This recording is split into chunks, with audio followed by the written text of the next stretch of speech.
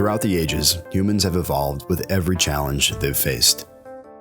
And throughout the ages, there's one common denominator that has always been there, lurking in our minds, a sort of proverbial wind in our sails sort of thing, where we become our own worst enemy and drag our feet in the dirt. It's always been there, and it always will be. Change. Whether it's fearing change itself or embracing it head on, it's never easy. But another common denominator can lighten the load, make it easier. Our friends and family. Because just like that guy said once in that song, we can get by with a little help from our friends. I'm Master Sergeant Andy Sinclair, and this is episode 36 of the MAINEiac radio show. We're going to do things a little bit different in this episode.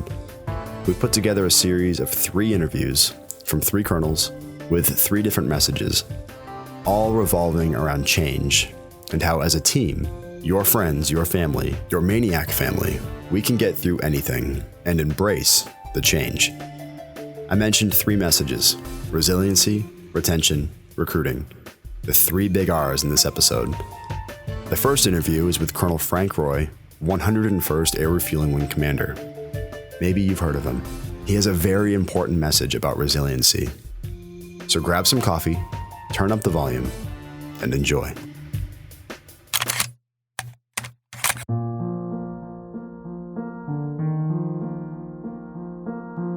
Good morning, everyone. This is Senior Master Sergeant John Duplain. I happen to be in Colonel Roy's office today, and no, I'm not in trouble. And I have been in here before, but that's another story. But today, Colonel Roy, I want to take a few minutes to come in and talk a little bit about the resilience tactical pause that the wing will be having. So, Colonel, I guess we'll just jump right to it. What is a resilience tactical pause, and why do we have that as a wing or an organization? So what a resilience tactical pause is for the 101st is still being developed. So I spent some time in D.C. last week with active duty reserve and guard wing commanders at a conference, and we went through what the active duty had done to this point.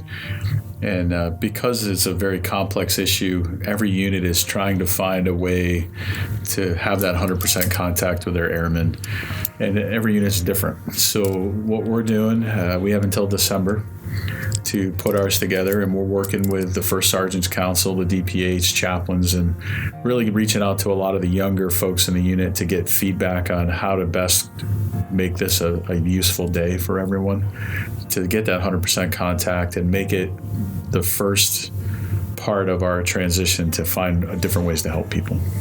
Right.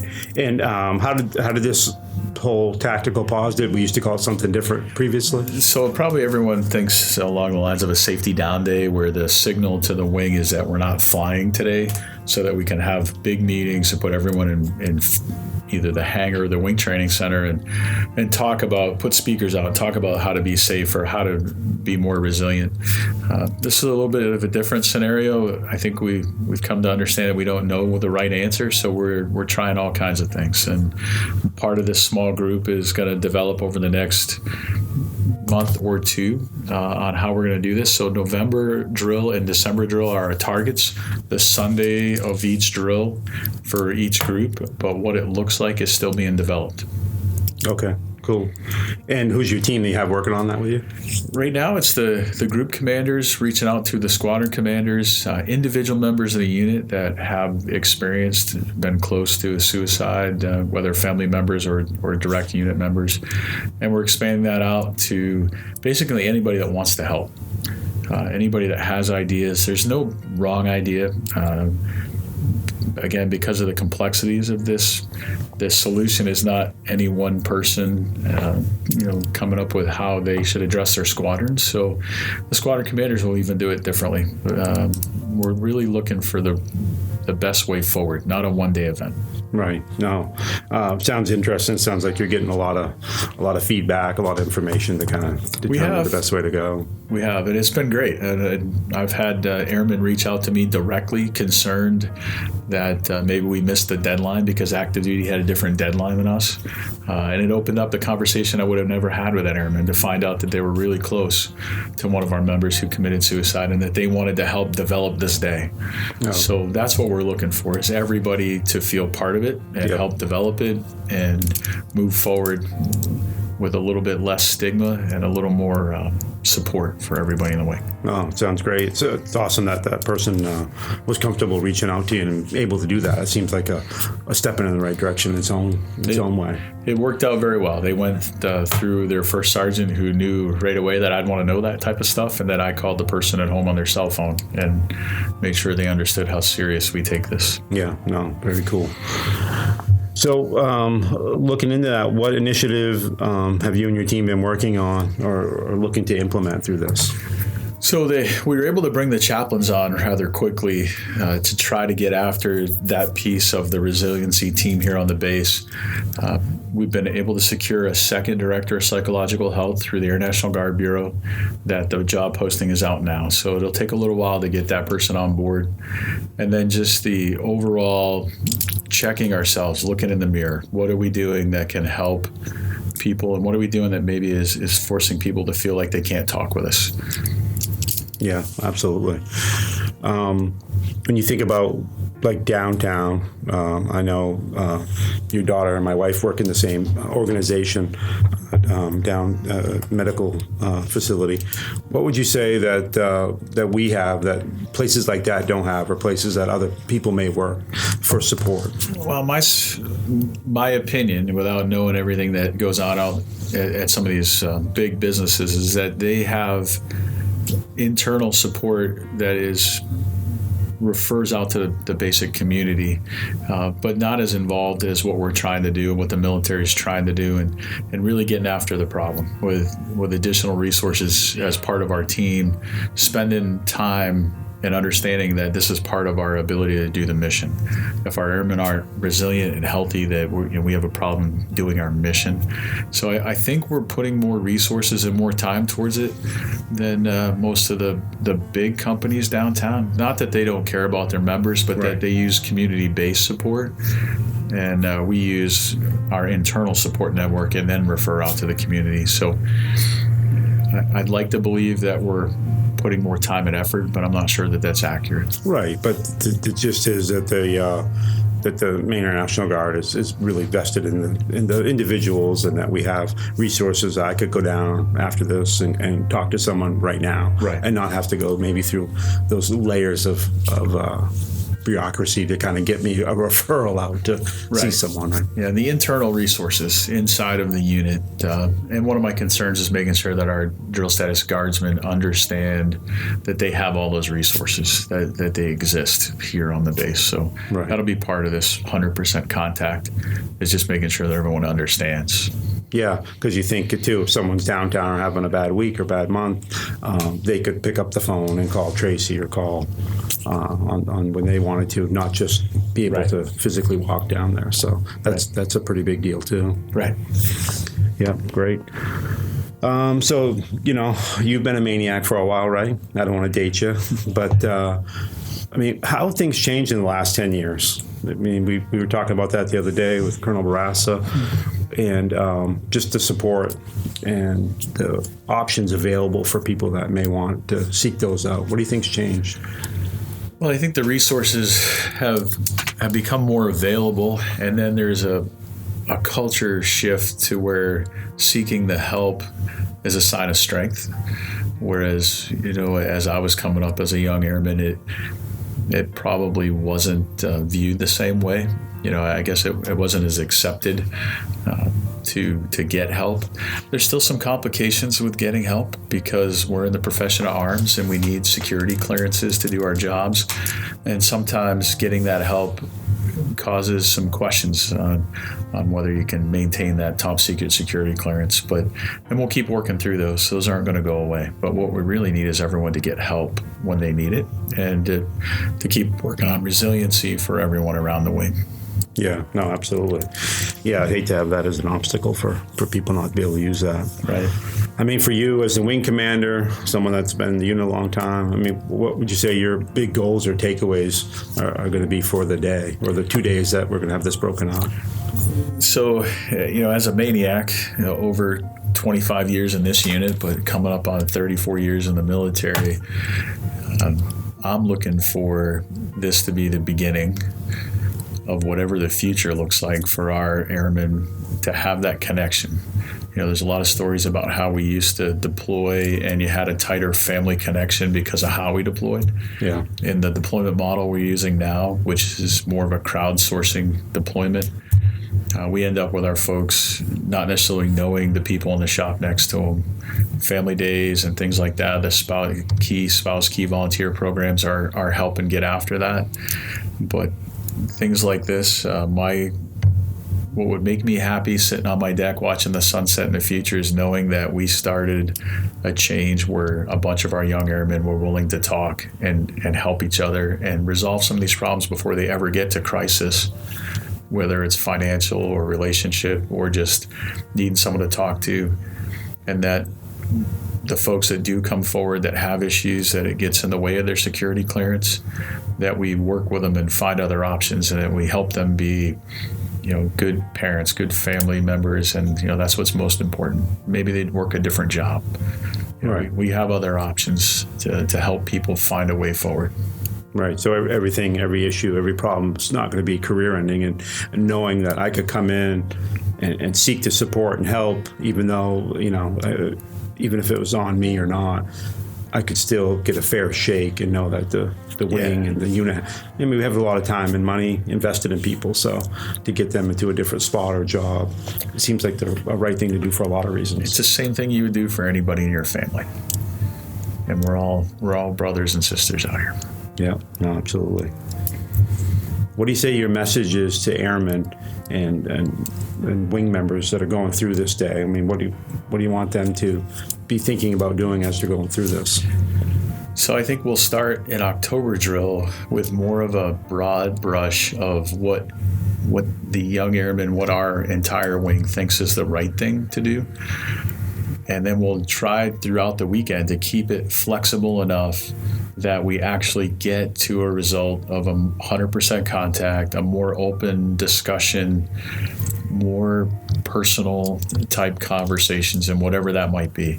That's why we're not setting it from the top down of, everyone will get into a hangar and we'll talk to them about what's going on or what they have for resources. Right. I think those discussions are appropriate and they're available. But this is more about building back that personal connection so that that the person next to you is having a hard day and you can ask the hard questions and roughly how to get them help. And then when you get them to the trained people, and use our resources, that we all rally behind them and support them. Yeah, absolutely. And how do you think our young people can do that? By being vocal, by talking, asking questions, projecting their ideas out? I think we need to develop that environment, and we have to be a little careful sometimes with the chain of command and using the first sergeants and the immediate supervisors and going through the commanders. On this day, I think we have to blend a lot of that. And the best idea might come from someone who's sitting in the corner who doesn't normally talk. And we need to be looking for the airmen that have their head down, that don't want to make eye contact, that don't want to be part of this, because they're probably the ones that need our support the most. Yeah, no, it's a good idea to take a look around. It seems like a good day to do a lot of listening and see what's happening. Yeah. Is there anything you'd like to add? Anything you could think of I didn't cover? You want to? No, I think there's a couple things that the chiefs have been doing that will become visible in the next month or so, with the chiefs picking out airmen from around the wing and introducing them and building up the relationships through the different ranks on the base. More of a support mentor type role. The force development stuff that Chief Osgood's working on with the Airman Leadership Summits, and the cooperation that I see with the group commanders and the squadron commanders makes me very hopeful for the leadership team being in the right frame of mind for this to really make a difference with our airmen. But we need the airmen to want to make a difference from the bottom up. Right. And then I can provide all the support that I can gather for them with resources and time. I just need everybody to get after this, from the newest student flight member to the oldest person on the base. Yeah, no, absolutely. No, it's good stuff. And thinking about it too, it reminds me like the safety timeout that no one anyone can call a timeout no matter what we're doing on the hangar or out on the flight line. And so sometimes not using your chain of command just makes sense if someone's in that situation, or sometimes it's the tool you have in front of you right at that time. So if I've only got someone's phone number, maybe I'd have to leapfrog the first sergeant and go to my commander because it seemed like the right thing to do at the time. Sure. Yeah. Sure. Yeah, I think that's how we intervene and be good wingmen, good airmen. Yeah. Well, good. Well, I think that's it. Looking forward to the day, and I know we'll hopefully get some feedback. How are people supposed to solicit feedback from the day of maybe I didn't feel comfortable speaking up during the day? Sure. And just a big crowd and my peers, and what would you say to that? I think as we try to keep it flexible going through, there should be an immediate feedback loop with some of the folks being. Some of the people leading the discussions are watching for that, to allow for that flexibility, break off into even smaller groups, follow-on conversations. It's not a one and done where we check the box. I'll send a report to the Bureau when we're done that we did it on the Sunday of November drill and cleaned up the 100% contact on the Sunday of December drill. And to the Bureau, it'll look like we're complete. But for us, it's just the beginning. And we'll just keep looking for it. So if someone comes out on the Monday after December's drill and says, hey, we missed it and we needed to do this, we'll just try to figure out how to do that. It just needs to become part of our culture. Yeah. Oh, cool. Yeah, well, I think a lot of people will be looking forward to it, and I think these conversations are certainly going to help and get everyone, on board and aware and feeling better about it. Sure. It's a tough conversation, and there's no right answers, and we're all people that like to fix things. Yeah. But I think what we can do to fix this is just continually work on it. And if everybody's trying to find the right answer, we'll make a difference. Yeah, absolutely. Well, thanks, Colonel. It's been a pleasure, and looking forward to getting this out and making sure people are aware of how this is going to play out over the next couple of months. So have a good day. John. Appreciate it. Yep, thank you.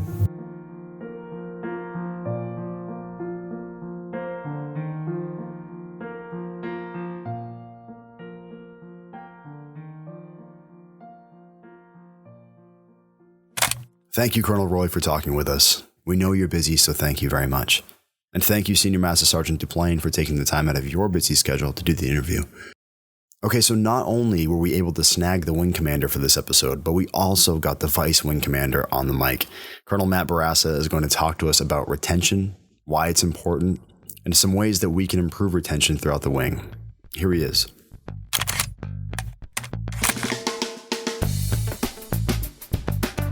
This is Senior Master Sergeant John Duplain from the Public Affairs Office, and I'm back at it again. I was able to get a interview with the Vice Wing Commander, Colonel Matt Barassa, and today he's going to tell us a little bit about why he wanted to be on the podcast. So welcome, Colonel. Thanks. It's your debut, I believe, right? I believe it is, John. Yes, thanks for having me. Yeah, anytime. No, we're excited, and I'm sure a lot of the wing members will be happy to hear from you and hear your perspective and things that are going on. So I guess I saw you after meeting with the Colonel this morning, and I said, hey, anytime you want to get on, and you were like, yeah, let's do it. So what do you have on your mind? What do you want to go over? Well, one thing come to mind, John, is this time of year, the recruiting folks, it's the end of the fiscal year and the beginning of a new one, and they have recruiting goals, and that's great. We love new faces here, but what we believe just as important as recruiting is retaining our current folks, current qualified folks. So just wanted to talk briefly about our retention efforts and what we can do to get folks to stay with us for as long as they can and enjoy a fruitful career. As long as, like I have, I've been here over 17 years now, and I thoroughly enjoy it. I would imagine everyone else would, but realistically speaking, there's a lot of demands on our folks these days, both on base and off base, of course. So just wanted to talk about how we can keep folks here for as long as possible and, of course, make it a place that they want to stay at. Sure. And now you've been in a leadership role for quite some time up at the ops group and working your way through. Right. Yeah. What is your concerns as far as retention wise? What do you have for ideas that to make it work better for people? Or Sure. Well, candidly, when I first joined the unit here in 2002, I believe, July of 2002, it was a little bit different place. It was the ops tempo has been on a steady increase throughout that time, and there's a lot of demands on our folks, deployments, day-to-day mission covers, that sort of thing, and it's it's very intense at times, especially with the deployments and younger families and that sort of thing. More and more like active duty, I hear, and to some degree that's true. So we just wanted to talk to folks and say, you mentioned, I've been a squadron commander before this up at the operations, and we always talk, what can we do? Certainly we like to lead from the front and deploy, but my children, for example, are a little bit older now, and I've done it for quite a while. And I understand, especially younger families, for instance, with the deployment schedule, that impacts them. So, the missions of the Air Force, we have to take care of them, but how can we take care of people and get them to stay? And we just wanted to get ideas. And, of course, we're always open to ideas from our folks because they know better than we do usually what it takes to stay here. We talked about, for instance, some folks get maybe disenchanted with their current vocation or the unit they're at. We just want to remind them that, hey, you don't have to stay there. You can transfer to a different unit on base or a different vocation for that matter. We have several people. I remember we had one airman up at Ops. He worked with the Flight Records Department. Liked it, but it wasn't his true passion. And rather than get disenchanted and leave the unit, he found a different vocation in security and loves it. Oh, cool. And I know that's just not a singular story. There's many folks out there that have done that. So the first thing I would say is if you're not happy where you are and you're thinking of leaving the unit, just take pause for a moment and think, do I really want to leave the Air National Guard? Or maybe I could do something else. Maybe I haven't figured out what my true talent is, passion, and maybe I should look and talk to other folks, colleagues, for example, or folks that work in other departments that you may be interested in, and say, maybe I should try that instead of just leaving the unit. Right. I don't know how many times I've heard folks that have actually left and then regretted it, I believe I have the experience of both working inside the gate and outside the gate to realize that a lot of jobs out there in industry and the business world, for example, aren't as enjoyable as this job. And, it's easy for me to say because I have a passion for flying, a passion for my current role here as the Vice Wing Commander. So I believe my job's easy because it's a passion I have, and time goes by very quickly.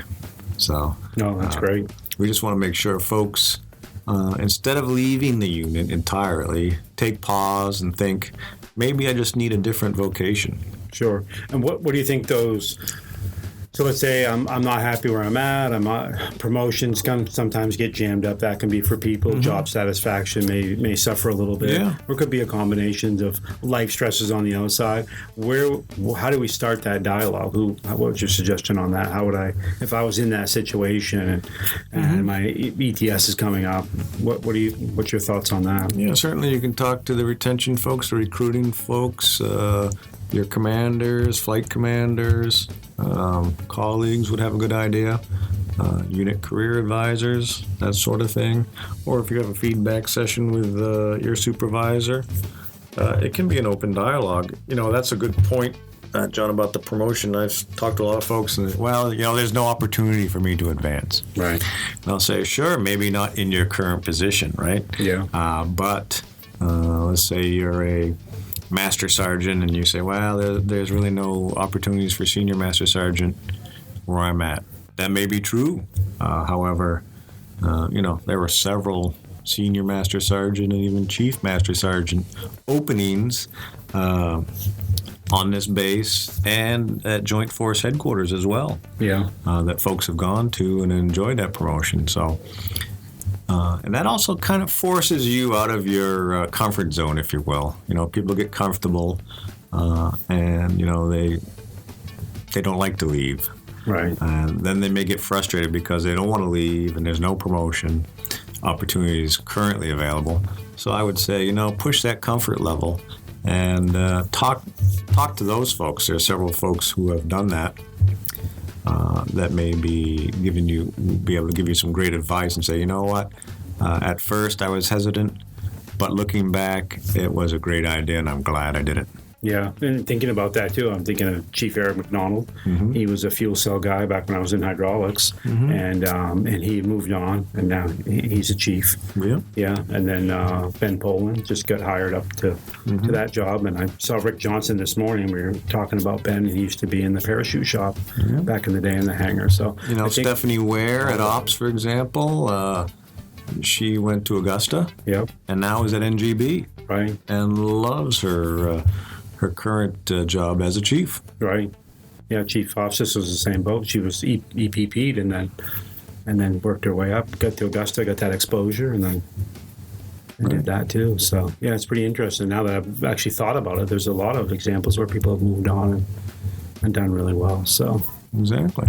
That's pretty cool. I was talking to Chief this morning. He said the Unit Career Advisor program's coming back, and that's something I thought was pretty interesting. A year out, you're going to be interviewing, talking to people, seeing how they're at, if they have any obstacles. I mean, a lot of times it's nose to the grindstone. We're doing our CDCs, our PME, our training. We have other people to train. There's just not time to be thinking that far ahead. So I think this is going to be getting this program kind of back up and going full bore. I think is going to be really insightful for a lot of people to sit down and have that one-on-one with their commander and talk through that. So yeah, I hope that I always talk to a lot of folks who they don't seem comfortable talking about themselves, marketing themselves, and that, hey, by the way, sir, I want to do this, or this.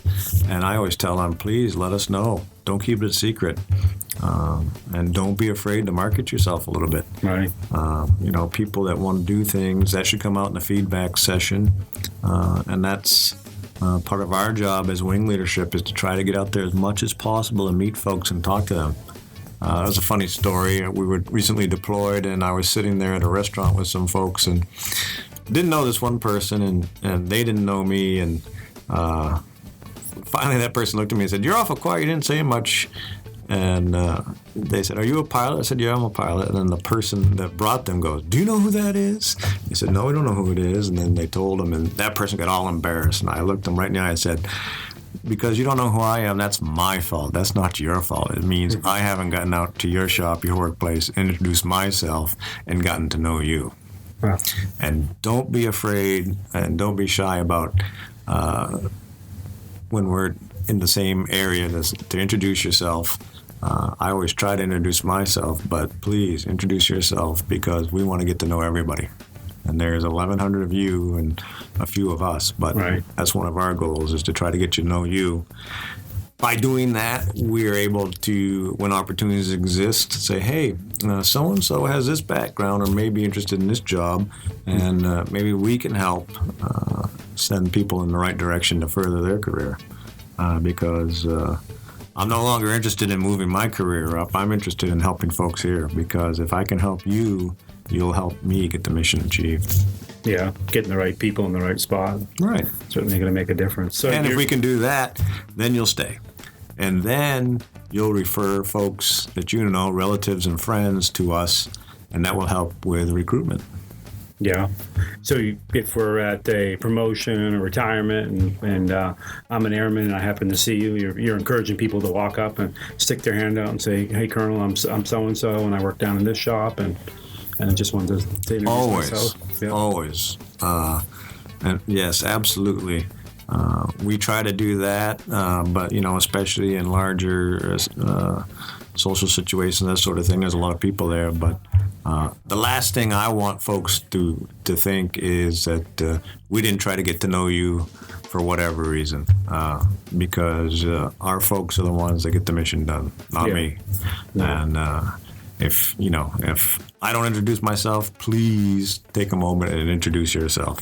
Yeah, I'll be very happy that you did that. Too, as me, from a supervisor point, is making sure that I can even take my people and say, hey, Colonel, this is so-and-so new to the shop, and start that dialogue, too, because it's much easier for us in these positions to do that. So I encourage supervisors to take that opportunity, too, to maybe break the ice and introduce people when you have that opportunity as well. Right, and that also includes your innovative ideas.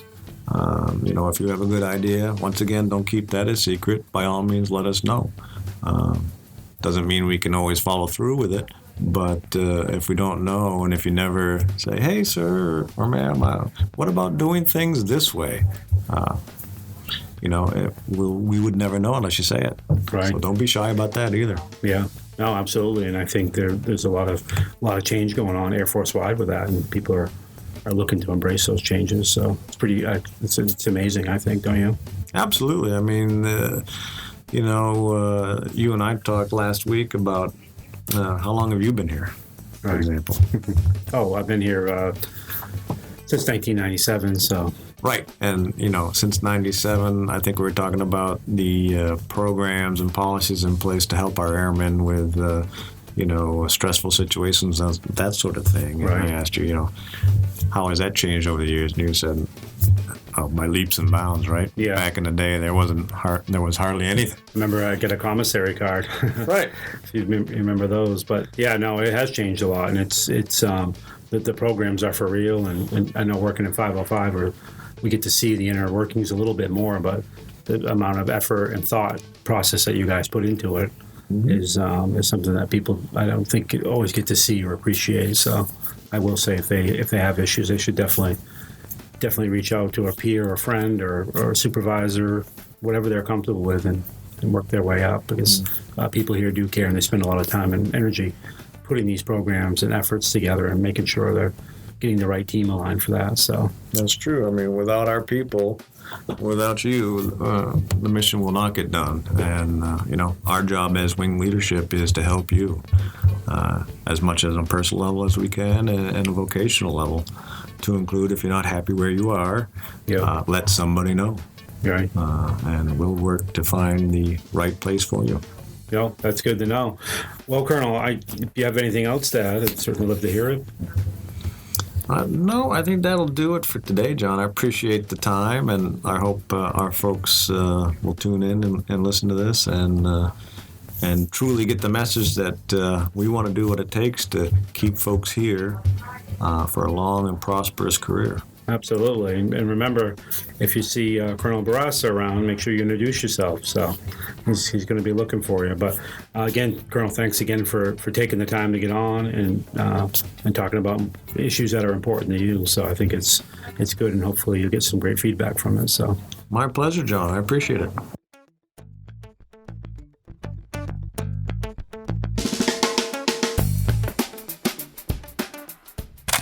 Another shout out to Senior Master Sergeant Duplain for doing this interview, and thank you, Colonel Barraza, for speaking with us. Retention is always good to keep in mind, so if you know someone who's looking to get out or possibly transfer units, take the time to talk with them and let them know there are options and that there's a home for everyone. Speaking from a public affairs perspective, the shop has started a new video series called the MAINEiac Minute. Working with the Chiefs Council, each video will highlight an airman from around the wing and give them a chance to talk about their craft, their specialty, and help spread the word to both our external audience and internal audience. Maybe you've been out here for 20 years but have no idea what the fuel cell does. These videos will help educate all of us. And who knows, maybe it will make you want to cross-train. But at the very least, it'll help you become a better ambassador for the 101st. All right, the last interview is with Colonel Jeff Rosenblatt. He's going to share with us his story and how he was recruited into the MAINEiac Guard. Now, I will say this. I've been doing interviews like this for 7 years, and I've never heard a story quite like his. Stay tuned and listen to his amazing story.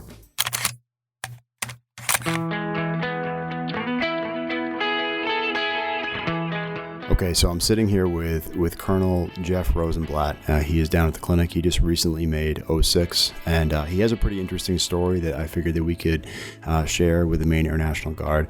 And you know what? I'm just going to let him tell you the story. So, Colonel, thank you for agreeing to do this. You're welcome.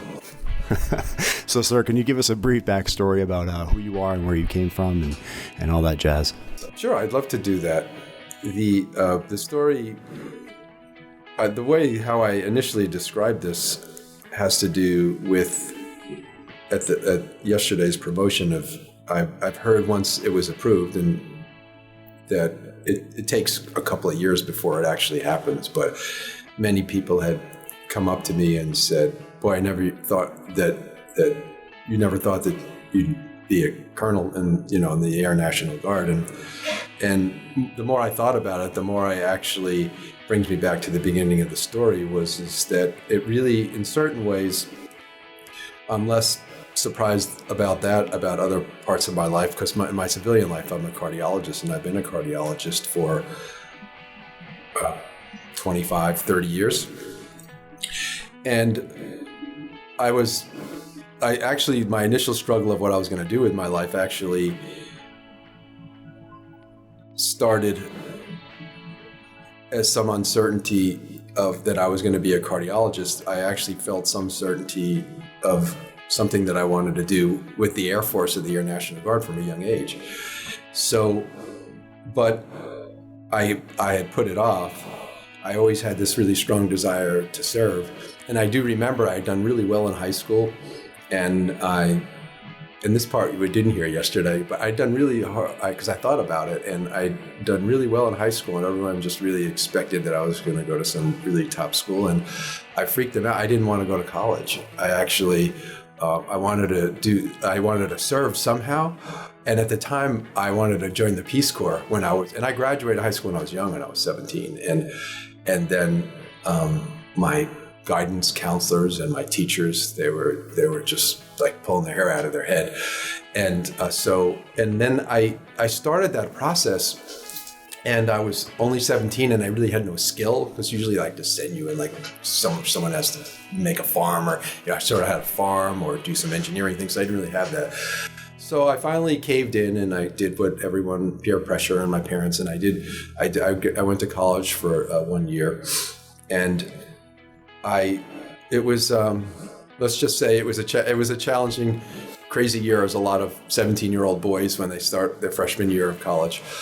But I always sort of had an interest in flying. I always wanted to fly, and my real goal was to become a pilot. And what I actually did was after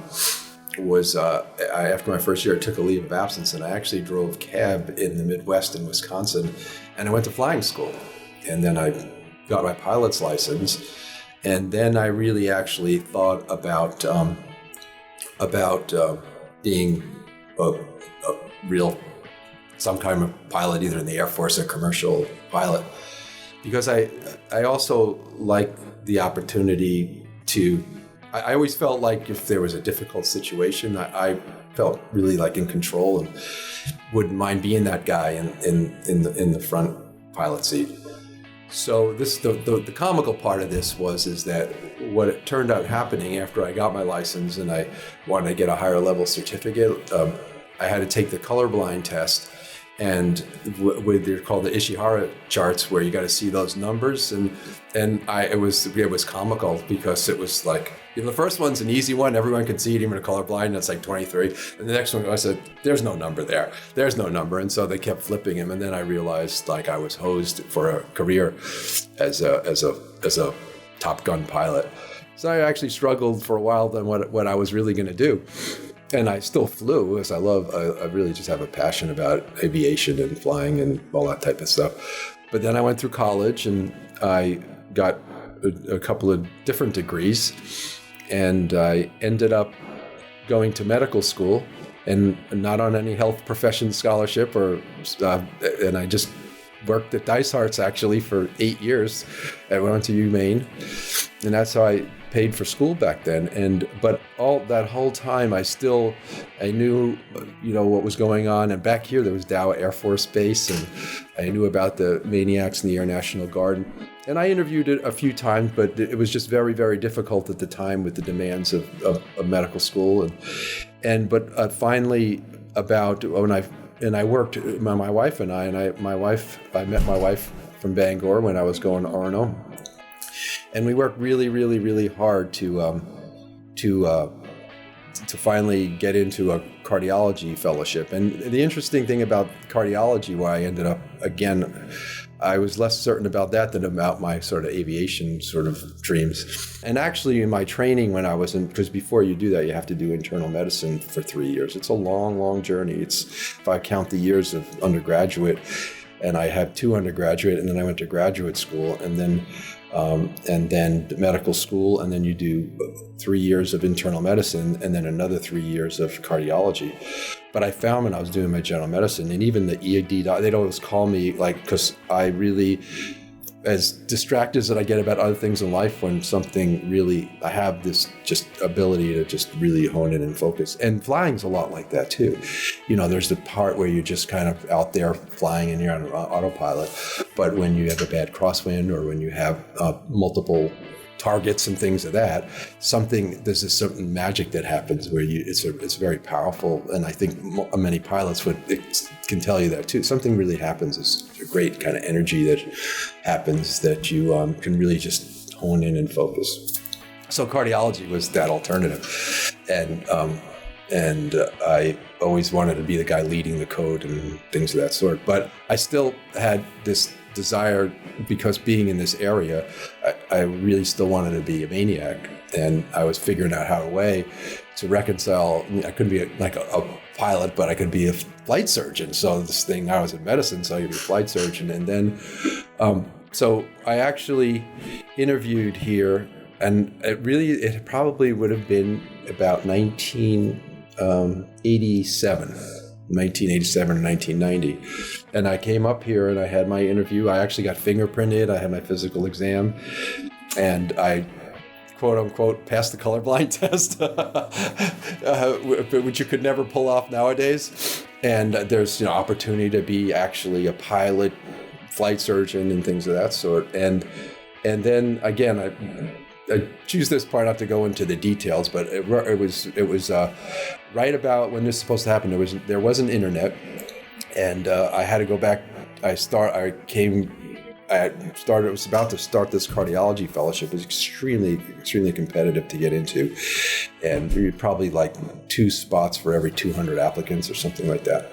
And so there were a bunch of things that happened in my life and my wife's life at that point where I had to not follow through, and I couldn't jeopardize losing my cardiology fellowship, and so then life happened, and I went through my fellowship. I had 2 kids and 2 wonderful daughters. And so, if you don't mind, if I just cut you off just for a second, sir. So, what was that like? Was that crushing for you? I mean, you said earlier that was kind of your dream, right? Yeah. It was very disappointing, because if it was just me and my life or whatever, I would probably still have followed through, but I would have probably lost a lot of.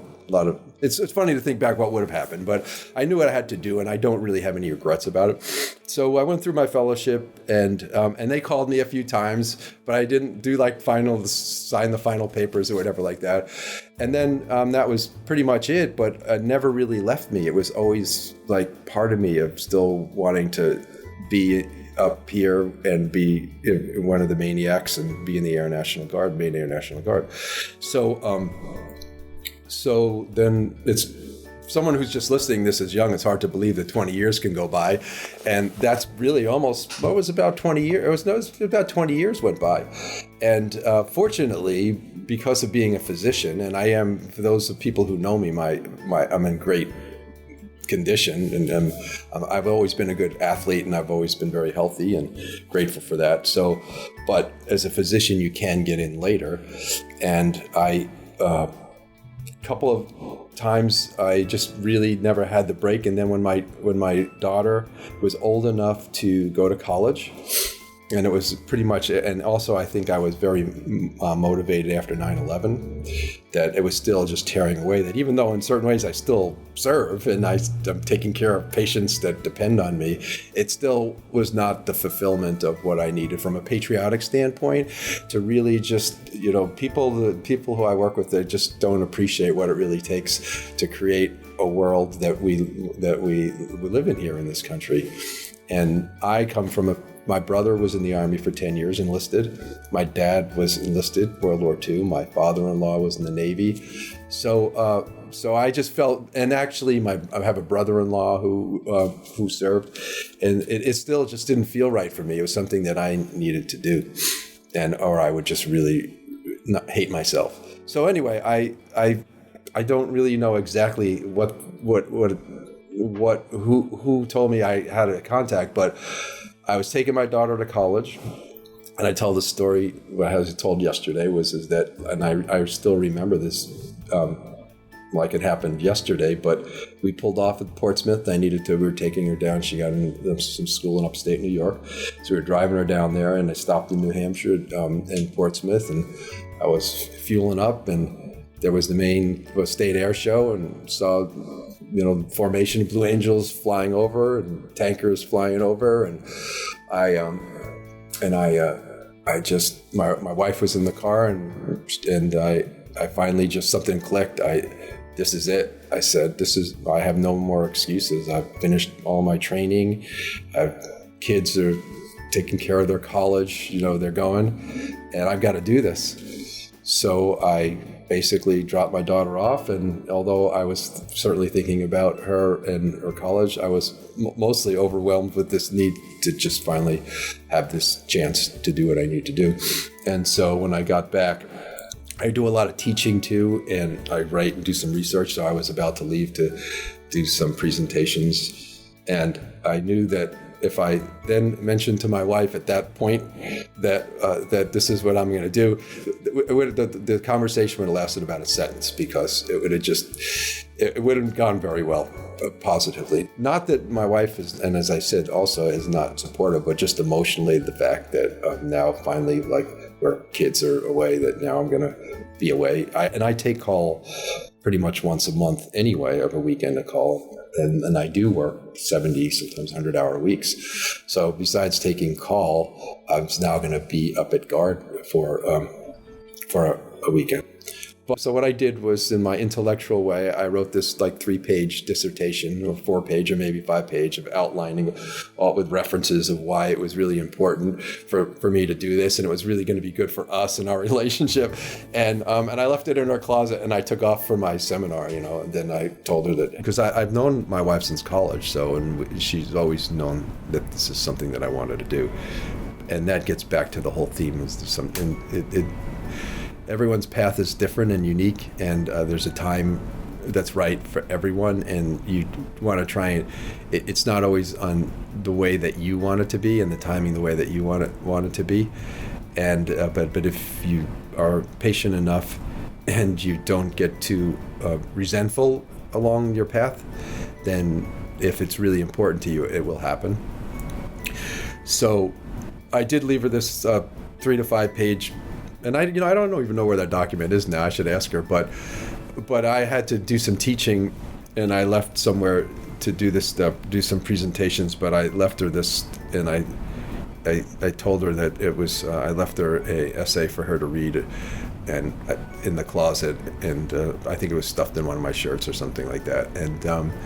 And then when I got back, we spoke about it a bit, and I don't really actually remember any bad things happening about it, but it is, when you mention, like I mentioned before, I still have a very rigorous work schedule as a cardiologist, and then being on call for a weekend, and then working 70 odd hours a week or more, and then now being away another weekend was going to be a bit of a challenge now that our kids were gone, and now that I was actually going to be away even more.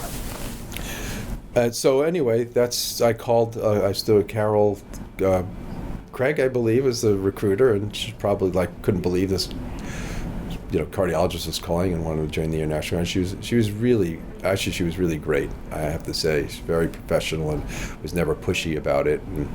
made sure all my needs were met and things. And I actually then talked with a couple of docs that were in the Guard, and ironically, some of them were my students, and so I just basically showed up and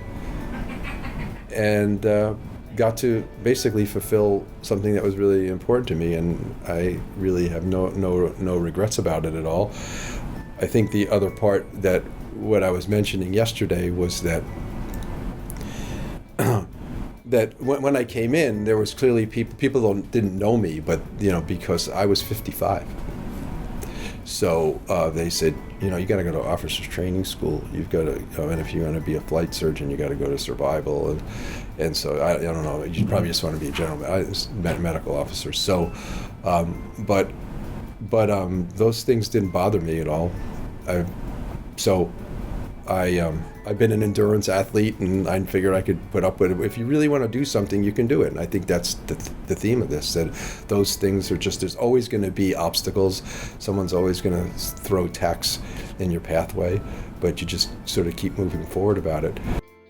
We're our biggest enemy, and we're full of self-doubt, and when you find other people along the way that reinforce that, then I've said they're not your allies. When someone else says you can't do that, or this is too much, or if it's something that you really want to do, then it's just you should just push on and take it as a challenge, actually, to make yourself better.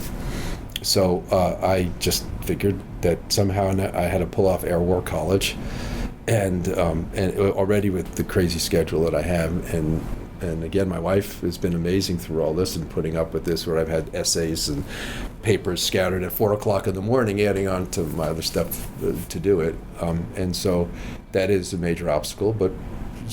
And my age is also is an obstacle to other people, but it isn't to me. And I hope to be that role model. When I went to officers training school, I actually won the athletic for physical condition. So I was actually with 25 and 30 years old, and at 55, I basically beat them all. So. Yeah, because you're in that class or in that course, and you've got 22-year-olds who are fresh out of college, and you were 55. Yes, and I actually won. There was a tap out with their enlisted fitness instructor, where there's a tap out for sit-ups.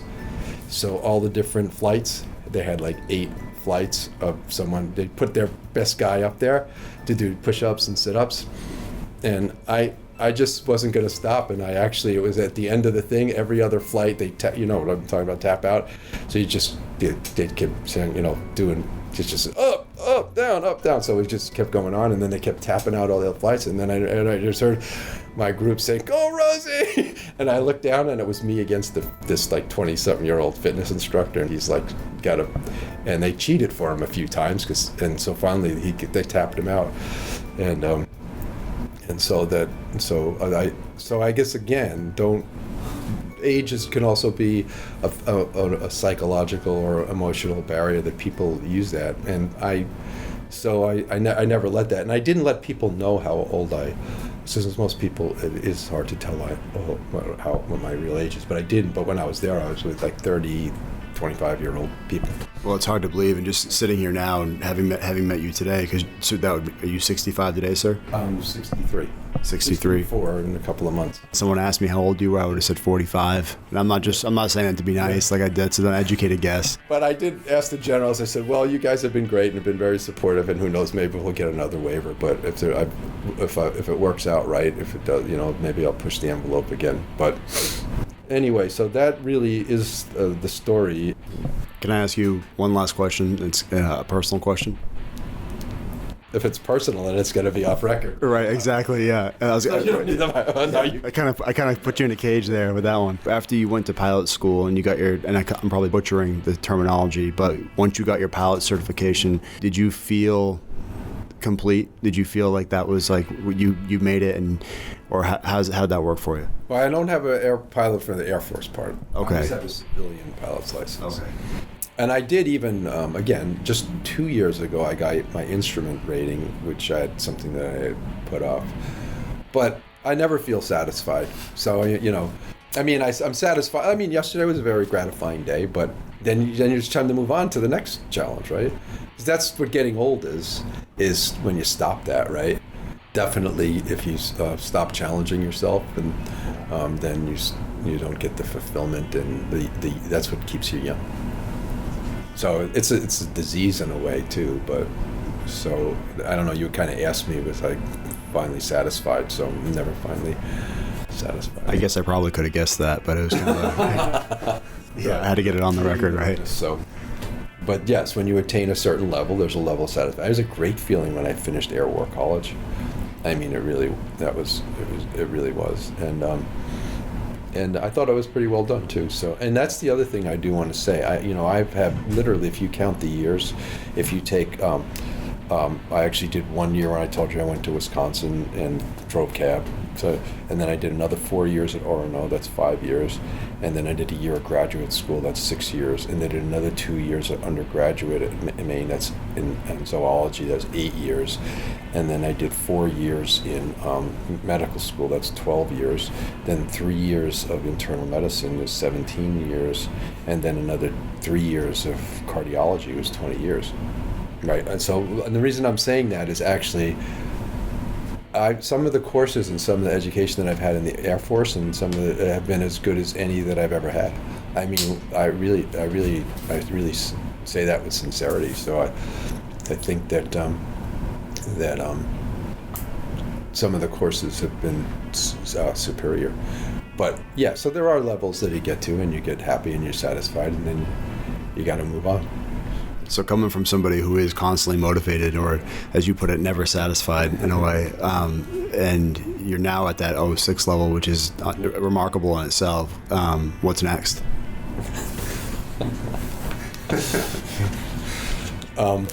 What's next in my job here, you mean?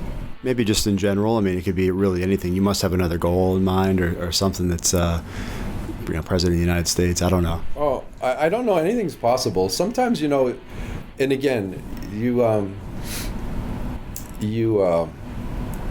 it's like the Paul McCartney thing of "Let It Be" or whatever. You try and put it into a jar, and in your terms, and it gets you kind of mishmash in there. So you just keep doing the right thing. You try and keep positive things, and they say good luck comes from hard work, and sometimes there are things out there that you don't know. The last question, sir, and that just to kind of tie everything back up, and you kind of briefed on this a little bit earlier too, but and you can take a second to think about it too. But what would you say, given the position that you're in now and the trials and tribulations that you've encountered throughout the years, what would you say to any of the MAINEiacs that may be in the same boat that you were in 30, 20 years ago, that when you knew you wanted to do something and it wasn't just in the cards at the time? What kind of advice would you give your fellow MAINEiacs? Yeah, I mean, everyone, like I said, has a similar story. Is that sometimes things don't happen on the time frame and the time schedule that you want them to happen. But again, don't lose sight of your dreams and your goals, and enjoy the ride along the way. And if this thing is really meaningful, it will happen. You need to have an action plan, put it into action, but it's not going to happen on your time schedule. And sometimes you see people that it just seems like, why does everything just seem to fit, and they just kind of move on. And there are people like that, but believe me, they're not always happy either.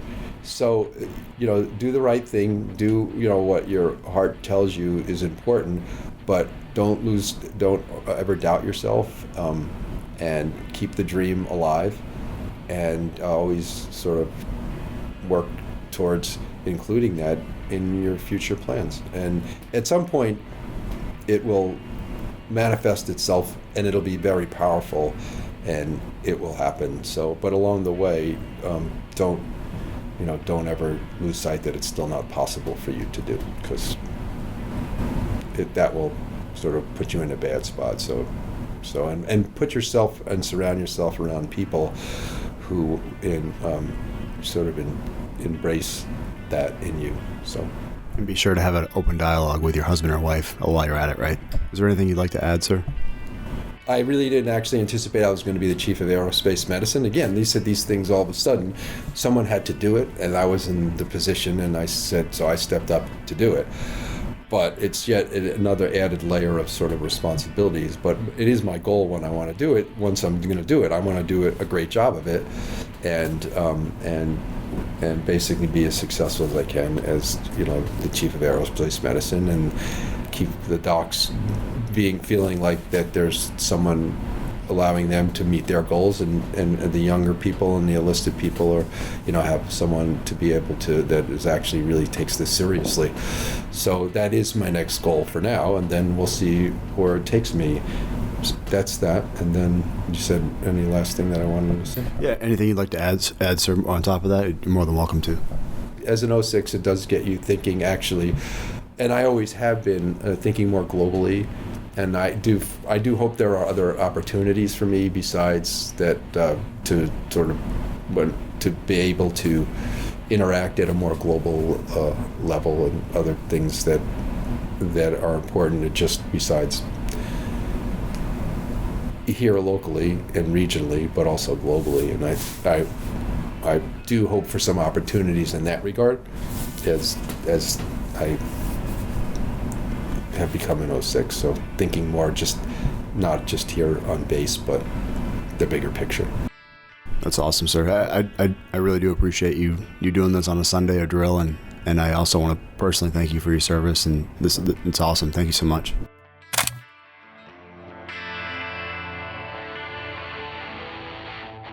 Thank you, Colonel, for doing the interview and sharing your story. It's funny that I've listened to the audio file several times now for editing purposes, and his story still shocks me. It's unreal. And that's all the time we have for this episode of the MAINEiac Radio Show. I'm Master Sergeant Andy Sinclair with the 101st PA Shop here in Bangor, Maine. Don't forget to check out our new MAINEiac Minute video, as well as our Facebook and Instagram. We also have an app, a website, and of course this podcast. I hope you all have an awesome drill weekend, and please try to think about those 3 R's: resiliency, recruiting, and retention. Change may be inevitable. It might be scary at times. But if you know where or who to turn to for help, you'll be just fine.